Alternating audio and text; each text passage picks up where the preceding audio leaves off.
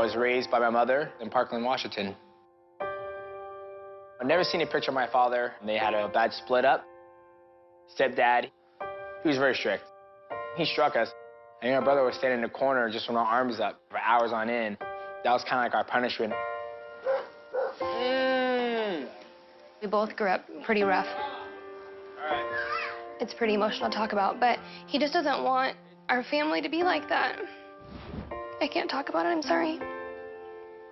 It's emotional. When Demetrious was 7, his mother moved the family away. But unbeknownst to her children, she was facing another significant challenge. My mom always told me, when you talk to people, you look them right in the face. You don't cover your mouth, and that's just the way I was raised. She'll watch TV, and she'll put closed caption on because she would say, I just like to read. And then as I got older, my sister goes, you guys know Mom's deaf, right? And I was like, no, she's not. And she goes, yeah, she's deaf. And I was like, Mom, are you deaf? And she goes, yeah.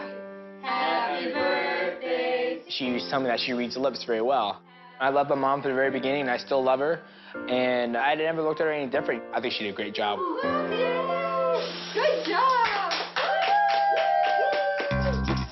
Demetrious drew on his mom's strength to overcome his size disadvantage. I was the smallest guy growing up. I was like the runt of the group. My freshman year in high school, I wrestled 119 pounds. I lost every single match. Junior year, I took second in state, and my senior year, I took third in state. What I learned from wrestling was that hard work pays off. I got involved in MMA. I was rooming with my buddy Jordan, and we're just watching The Ultimate Fighter. We're like, we can do this. These guys are weak. I was like, I'm gonna do this. I'm gonna try this. Despite topping out at 5'3", Demetrious captured the attention of elite MMA trainer Matt Hume. Now stay in there, stay in there, stay in there, Hunter. When DJ walked into the gym, the thing that was evident immediately was his athleticism. Without that, you're not going to have a champion.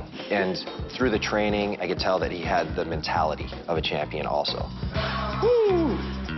Another day in office. What we do. DJ is the second person in 20 years that I've told, quit your job because you're going to be a champion. Demetrious won his first 10 fights with 8 finishes. After wins in the WEC over Nick Pace and Damacio Page, big upset here, Demetrious Johnson. He made his UFC debut against Kid Yamamoto. You ready?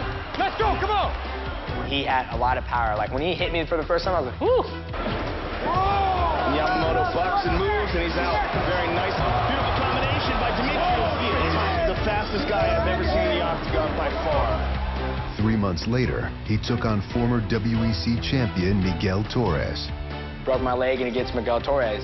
Beginning of the second round, I threw a leg kick. He checked, cracked, broke. I didn't want to lose that fight, so I kept on fighting. I was in a lot of pain, but adrenaline's a hell of a drug. This is, Joe, as you said, a very closely contested matchup. Won that fight, unanimous decision. Big victory here tonight for Demetrious Johnson. I was very excited when the UFC said they're going to be opening up the flyweight division, because it was like, okay, here's a chance for me to fight guys who are actually 5'3" instead of 5'9" and 5'8". It was awesome. The family environment that DJ grew up in was definitely not an ideal environment to grow up in, but DJ beat all those circumstances, and look at where he is now. I know a lot of people that have come from broken households, and they don't end up like him. You know, he just is a rare, rare person, and I love it. Who doesn't want to watch the fastest fighter on the planet, who's come up the ranks, has an incredible story? I'll go down in history as the first ever flyweight champion in the UFC.